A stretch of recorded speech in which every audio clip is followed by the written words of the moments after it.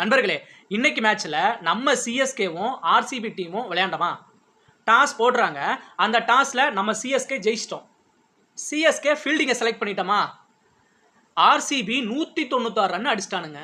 அதுக்கெல்லாம் காரணம் யார் தெரியுமா? இந்த சாம் கரன் தாங்க. சாம் கரன் கடைசி ஓவர் போடுறான். அந்த கடைசி ஓவரில் 3 பால்ல 3 சிக்ஸுங்க. Tim David சாத்துன்னு சாதிட்டான். நம்ம ஏற்கனவே சொல்லியிருந்தோம், இந்த ராகுல் திரிபாதியையும் இந்த தீபக் ஹூடாவையும் ஏன்டா சிஎஸ்கே நீங்கள் ஏலத்தில் எடுத்தீங்கன்னு திட்டியிருந்தோம் சிஎஸ்கே மேனேஜ்மெண்ட்டை. இந்த ராகுல் திரிபாதி எத்தனை ரன்னு தெரியுமா? 5 ரன்னு. தீபக் ஹூடா 4 ரன்னுங்க.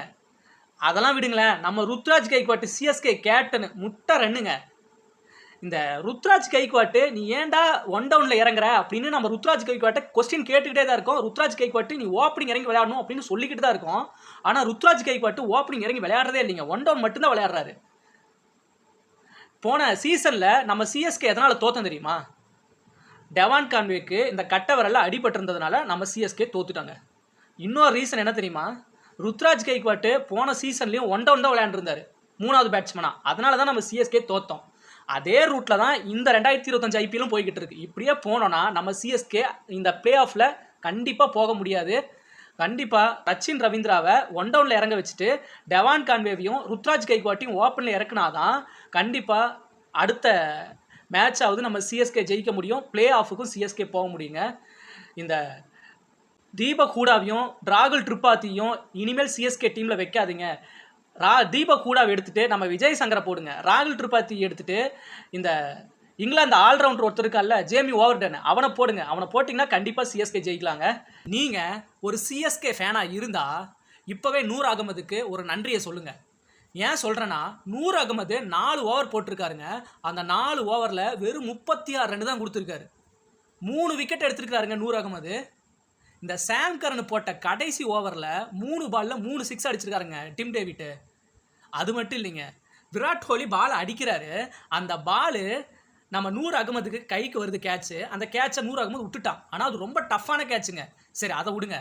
அதுக்கப்புறம் ஆர்சிபி கேப்டன் ரஜத் பட்டிதார் பாலை தூக்கி அடிக்கிறான். நம்ம தீபக் ஹூடா இருக்கான் பார்த்தீங்களா, ரொம்ப ரொம்ப கேர்லெஸ், ஈஸியாக வந்து அந்த கேட்சை விட்றாரு. அதுக்கப்புறம் அதே ரஜத் பட்டிதார் பாலை தூக்கி அடிக்கிறாரு. நம்ம ராகுல் திரிபாதி விட்டுட்டான். அதுக்கப்புறமும் அதே ரஜத் பட்டிதார் அடிக்கிறாரு. நம்ம கலீல் அகமது அந்த பாலை விட்டுட்டாருங்க.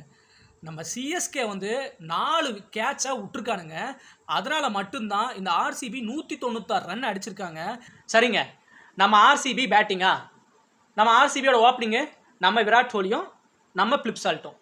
பிளிப்சால்ட்டு 16 பாலுக்கு 32 ரன்னுங்க போட்டு சாத்துன்னு சாத்திட்டான்.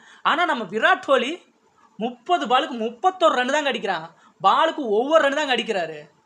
விராட் கோலியை பார்த்து இந்த ஆர்சிபி ரசிகர்கள்லாம் சொல்கிறாங்க, யோ விராட் கோலி, நீ 30 பாலுக்கு 31 ரன் அடித்ததுக்கு நீ ஸ்டம்ப் அடிச்சுட்டு டக் அவுட் ஆகி தான் ஆகி போயிருந்துருக்கலாம். நீ பாலை வேஸ்ட் தான் பண்ணியிருக்க.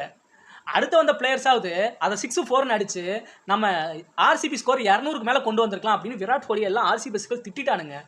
விராட் கோலியோட ஸ்ட்ரைக் ரேட் எவ்வளோ தெரியுமா? வெறும் 80 ரன் தாங்க. இந்த ஆர்சிபி ரசிகர்கள்லாம் விராட் கோலி நீ ஸ்டம்ப் அடிச்சுட்டு வெளியே போப்பா அப்படின்னு திட்டிட்டு இருக்கானுங்க. அப்போ தாங்க விராட் கோலிக்கு இந்த மதிஷா பத்திரானா பாலை போடுறான், ஒரு பவுன்சர் பாலுங்க. அது விராட் கோலியோட ஹெல்மெட்டில் பட்டுருதுங்க. விராட் கோலிக்கு உடனே கோவம் வந்துருச்சு. அடுத்த பாலே 6ங்க. அதுக்கு அடுத்த பால் 4. சரி, இனிமேலாவது விராட் கோலி ஸ்ட்ரைக் ரேட் 80லேருந்து ஒரு 200க்கு மேலே கொண்டு வருவார் அப்படின்னு நினச்சா, நூர் அகமது போட்ட அடுத்த பாலிலேயே நம்ம விராட் கோலி அவுட் ஆகிட்டு வெளியே போயிட்டாருங்க. விராட் கோலியோட ரன்னு பார்த்தீங்கன்னா 30 பாலில் 31 ரன்னு தாங்க. மக்களே, நம்ம தலை தோனியை இந்த ஆர்சிபி டீமை அசிங்கப்படுத்திட்டானுங்க. சிஎஸ்கேல ருத்ராஜ் கைக்வாட் 0 ரன்னுங்க. அதுக்கப்புறம் நம்ம திரிபாதி 5 ரன்னு. இவன் தீபக் ஹூடா 4 ரன்னுங்க.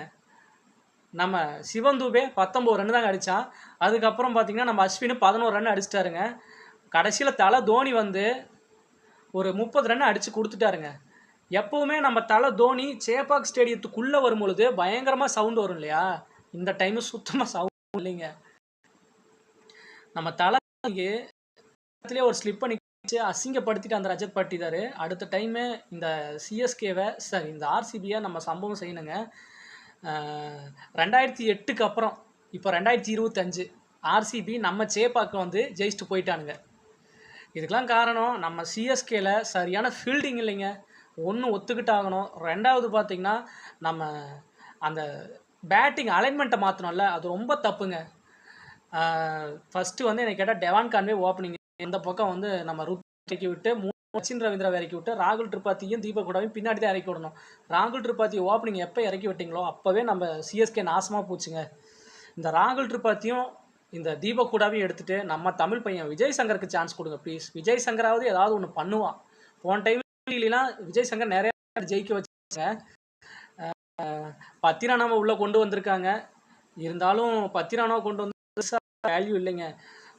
போடுற விராட் கோலி ஆடுறாருங்க. விராட் கோலியோட ஹெல்மெட்டில் போய் தொப்புன்னு அடிச்சிருது. விராட் கோலிக்கு பயங்கர கோவம். அடுத்த பால் 6-4ன்னு அடித்து விராட் கோலி ரன்னை சேர்த்துவாருன்னு பார்த்தா வெறும் 30 பாலில் 31 ரன்னுங்க. விராட் கோலியோட ஸ்ட்ரைக் ரேட்டே எவ்வளோ தெரியுங்களா? 80 ரன்னு தாங்க. இதனால் நம்ம சிஏ ஆர்சிபிக்கு தோல்விங்க. ஆர்சிபி நம்ம சிஎஸ்கேவை பயங்கரமாக இருக்கானுங்க. நம்ம சிஎஸ்கே ஜெயிக்கணும். கண்டிப்பாக இந்த பேட்டிங்கில் ஒரு அலைன்மெண்ட்டை செட் பண்ணால் தான் நம்ம ஜெயிக்க முடியும். அதுக்கப்புறம் பவுலிங்கில் கண்டிப்பாக இந்த சாம் கரனை தூக்கிடுங்க. தயவு செஞ்சு சொல்கிறேன், சாம் கரனை தூக்கிட்டு இந்த ஜேமி ஓவர்டன் இருக்கிறான். ஆல்ரவுண்டர் பிளேயர், இங்கிலாந்து பிளேயர், நல்ல எக்ஸ்பீரியன்ஸான பிளேயர். அவன் பாலும் போடுவான், பேட்டிங்கும் பயங்கர ஆடுவான். 6லாம் போன மேட்ச்கெல்லாம் எடுத்து 15 பாலில் மேட்ச் முடிச்சிருக்கு. சரி, ஜேமி ஓவர்டன் 2.5 கோடி ரூபா நீங்கள் போட்டு எடுத்து சிஎஸ்கே ஏன் எடுத்தீங்க? அவனை ஏதாவது ஒரு வேலையாக யூஸ் பண்ணுங்கள், தயவு செஞ்சு சொல்கிறேன். சிஎஸ்கேல பேட்டிங்கும் ஒஸ்ட்டு, பவுலிங்கும் ஒஸ்ட்டு, ஃபீல்டிங்கும் ஒஸ்ட்டுங்க. ஆர்சிபி இது 2வது முறை ஜெயிச்சிட்டாங்க. ஆனால் எனக்கு தெரிஞ்சு என் உள் மனசு என்ன சொல்லுதுன்னா, ஆர்சிபி இந்த டைமு கப்பை ஜெயிப்பானுங்கன்னு எனக்கு தோணுதுங்க. ஏன்னா ஆர்சிபியில் பார்த்தீங்கன்னா பில் சால்ட்டு செம்ம ஃபார்மில் இருக்கார். இந்த மேட்ச்சில் பார்த்தீங்கன்னா 16 பாலுக்கு 32ங்க. போன மேட்ச்சில் 50 ரன்னுக்கு மேலே. அதுக்கப்புறம் ரஜத் பாட்டி தான் சூப்பராக கேப்டன்சி பண்ணிகிட்ருக்கான். நம்ம ஆர்சிபியில் நிறைய கேப்டன் இருந்துட்டு போயிட்டாங்க. நம்ம அனில் கும்ப்ளே இருந்துட்டு போயிட்டாரு, நம்ம டூப்ளசிஸ் இருந்துட்டு போயிட்டாரு, நம்ம ஏபி டிவிலியர்ஸ் இருந்துட்டு போயிட்டாரு, நம்ம ராகுல் டிராவிட் இருந்துட்டு போயிட்டார். கடைசி நம்ம விராட் கோலி கூட இருந்தார். இவங்க நல்லா சாதிக்க முடியாத ரஜத் பட்டி தான் சாதிப்பான். இந்த டைம் ஆர்சிபி கப்பை ஜெயிச்சு ஈசாலா கப் நம்மதே அப்படின்னு சொல்லுவாங்கன்னு எனக்கு நம்பிக்கை இருக்குங்க. சிஎஸ்கே ஜெயிக்கணும்னு எனக்கு ஒரு ஆர்வம் இருக்குதான். ஆனால் சிஎஸ்கே இப்படி விளையாண்டுட்டு இருந்தால் நான் அடுத்தபடியாக ஆர்சிபி கிட்ட தாங்க போகிறேன். ஏன்னா எனக்கு சிஎஸ்கேக்கு அடுத்ததே எனக்கு ஃபேன் டீம்னா அது ஆர்சிபி தாங்க. பிகாஸ் நான் விராட் கோலி ஃபேனுங்க. ஆனால் இந்த ருத்ராஜ் கைக்வாட்டுக்கு இவ்வளோ பேராசை ஆகாதுங்க. ருத்ராஜ் கைக்வாட் ஏன் தெரியுமா இப்போ ஒன் டவுனில் விளையாடுறான்? இப்போது T20களிலிருந்து நம்ம விராட் கோலி ரிட்டையர்ட் ஆகி போயிட்டாரா? விராட் கோலியோட பொசிஷனுக்கு ஆடுறதுக்கு ஒரு ஆள் வேணுமா? நம்ம சூரியகுமார் யாதவ் தான் ஒன் டவுன் விளையாடுவார். சூரியகுமார் யாதவ் இப்போ ஃபார்ம்லேயே இல்லை. சூரியகுமார் யாதவ் துரத்தி விட்டுட்டு அடுத்து ருத்ராஜ் கைக்வாட் தான் ஒன் டவுனு. அதனால் மட்டும்தான் ருத்ராஜ் கைக்வாட் இப்போ ஒன் டவுன் விளையாண்டுட்டு இருக்காருங்க. ருத்ராஜ் கைக்வாட் போன டைமு இந்தியாவில் விளையாடலை. ஏன்னா ஓப்பனிங் தான் ருத்ராஜ் கைக்வாட் விளையாண்டுட்டு இருந்தார். ஆனால் நம்ம இந்தியாவில் ஓப்பனிங் விளையாடுறதுக்கு நிறைய பிளேயர்ஸ் இருக்காங்களே. சுப்மன் கில் இருக்கார், சாம்சன் இருக்கார், கேஎல் ராகுல் இருக்கார், அபிஷேக் சர்மா பயங்கரமான பேட்ஸ்மேன், இவங்களாம் இருக்காங்க. அதனால் இந்திய டீம் என்ன சொல்லிட்டாங்கன்னா, ருத்ராஜ் கைக்வாட் நீ கொஞ்ச நாள் வீட்டில் இருப்பா, எங்கள் இந்தியாவில் வந்து ஓப்பனிங் விளையாடுறதுக்கு நிறைய பேர் இருக்குது அப்படின்னு சொன்னதுனால இப்போ ருத்ராஜ் கைக்வாட் ஒன் டவுன் விளையாண்டு சுயநலமாக ஒன் டவுன் விளையாண்டு இந்த ஹோலியோட இடத்த பிடிக்கிறதாங்க ருத்ராஜ் கைக்வாட்டோட ஒரே பிளானு. அதனால தான் ருத்ராஜ் கைக்வாட் ஒன் டவுன் விளையாண்டுட்டு இருக்கிறான். எனக்கு தெரிஞ்சு அடுத்த மேட்சுகள்லையாவது இந்த பிளேயிங் லெவனில் கொஞ்சம் மாற்றத்தை கொண்டு வாங்க. தீபக் ஹூடா, இந்த ராகுல் திரிபாத்தி, சாம் கரன் இவங்க 3 பேர்த்தையும் தூக்கிட்டு ஜேமி ஓவர்டனை கொண்டு வாங்க. நம்ம விஜய் சங்கரை கொண்டு வாங்க. இன்னும் சின்ன சின்ன பிளேயர்ஸ், யங்ஸ்டர்ஸ் பிளேயர்ஸ் இருக்கானுங்களா, அவங்களுக்குலாம் வாய்ப்பு கொடுங்க. நம்ம சிஎஸ்கே ஜெயிக்கணுங்க. இப்படியே போயிட்டு இருந்தால் பிளே ஆஃபில் ஜெயிக்க முடியாது.